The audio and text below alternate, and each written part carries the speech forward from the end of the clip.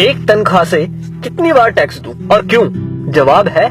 मैंने 30 दिन काम किया, तनख्वाह ली, टैक्स दिया, मोबाइल फोन खरीदा, टैक्स दिया, रिचार्ज किया, टैक्स दिया, डेटा लिया, तब टैक्स दिया, बिजली ली, फिर टैक्स दिया, घर लिया, टैक्स दिया, टीवी फ्रिज आदि लिए, टैक्स दिया, कार ली, टैक्स दिया, पेट्रोल लिया, फिर टैक्स दिया, सर्विस करवाई, टैक्स दिया, रोड पर चला, फिर भी टैक्स दिया, टोल पर फिर टैक्स दिया, लाइसेंस बनवाया, टैक्स दिया, गलती की तो टैक्स दिया, रेस्टोरेंट में खाना खाया तो टैक्स दिया, पार्किंग का टैक्स दिया, पानी लिया उस पर टैक्स दिया, राशन खरीदा उस पर भी टैक्स दिया, कपड़े जूते किताबें ली उस पर भी टैक्स दिया, टॉयलेट गया उस पर भी टैक्स दिया, दवाई ली तो भी टैक्स दिया, गैस ली टैक्स दिया, सैकड़ों और चीजें ली